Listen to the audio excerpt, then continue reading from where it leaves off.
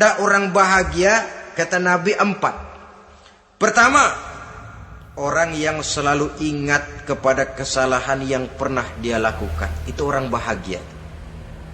Selalu ingat kepada kesalahan yang pernah dilakukannya, sehingga pada saat akan melakukan kesalahan yang baru, dia mikir-mikir, dosa gue yang kemarin udah 3 keranjang, nih nambah lagi.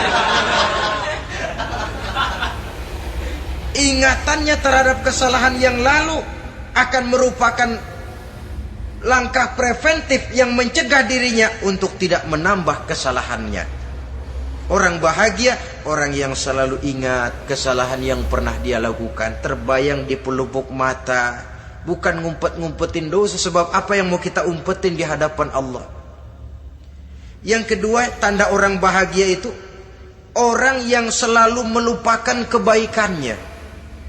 Kalau dia berbuat baik, dia lupakan. Dia anggap dirinya belum pernah berbuat baik. Sehingga di mana ada kebaikan, dia tidak bisa ikut. Dia merasa sangat rugi. Sebab dia anggap dirinya belum pernah berbuat baik. Yang ketiga, tanda orang bahagia, dalam urusan dunia, dia lihat ke bawah.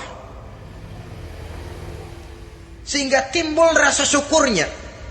Bahwa kalau dia sengsara masih banyak yang lebih sengsara dari dia. Bahwa kalau dia miskin masih jauh lebih banyak yang miskin dari dia. Bahwa kalau dia menemui kesulitan masih banyak yang jauh lebih sulit dari dia. Dengan cara itu jiwanya akan lapang, hidupnya akan tenang, dan dia tidak pernah ingkar kepada nikmat yang diberikan Allah.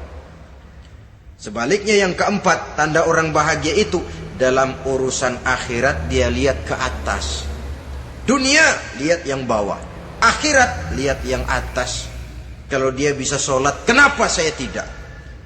Kalau dia sanggup puasa, kenapa saya tidak? Kalau dia bisa baca Quran, kenapa saya tidak? Timbul panas, nyontoh ibadah mendatangkan kebahagiaan.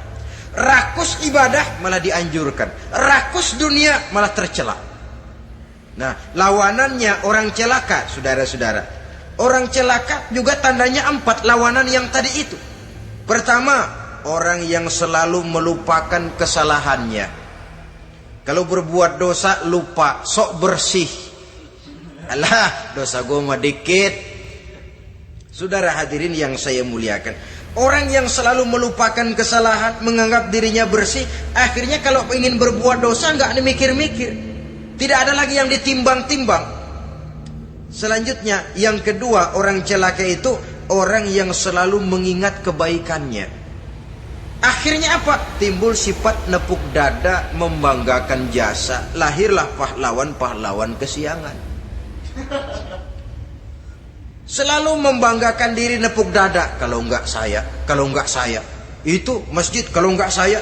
Itu pesantren kalau enggak saya. Itu umat kalau enggak saya.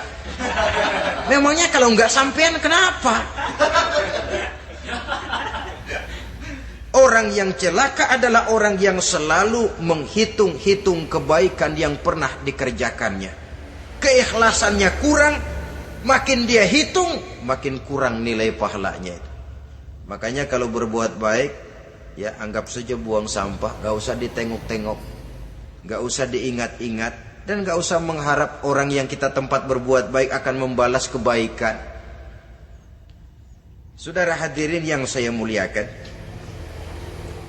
yang ketiga, tanda orang celaka dalam urusan dunia, ngelihatnya ke atas. Panasnya timbul, syirik dan dengkinya naik, rakusnya jadi.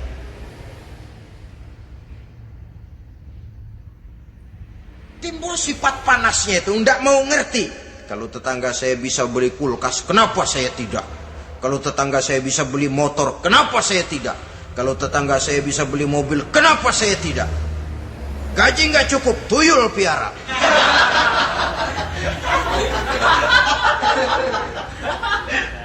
Orang itu kalau sudah didorong oleh rakus kan bisa jadi menghalalkan segala macam cara untuk mencapai tujuan. Dibakar oleh sifat tamak dan rakus bin serakah. Nah, kalau sudah didorong oleh rasa rakus, yang segera tersingkir, pertama rasa malu. Orang kalau sudah rakus nggak ada malunya, rasa malunya hilang. Padahal syarat jadi orang itu kan kalau punya rasa malu. Nggak punya rasa malu, kurang syarat jadi orang. Akan bagaimana jadinya masyarakat, bahkan bangsa dan negara, kalau rakyatnya sudah tidak punya rasa malu. Yang kedua, rasa takut hilang, terutama takut kepada Allah. Sirna sama sekali. Sudah tujuan menghalalkan cara. Yang keempat, tanda orang celaka dalam urusan akhirat, lihatnya malah ke bawah. Kenapa kamu enggak sholat? Itu bapak Ano yang tuaan? Enggak, saya enggak lagi.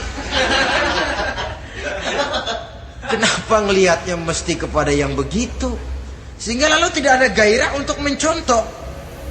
Saudara-saudara kaum muslimin rahimakumullah, walaupun serba singkat oleh karena terbatasnya ruang pembicaraan ini, mudah-mudahan bisa memberikan gambaran sepintas tentang ciri-ciri orang yang bertaubat.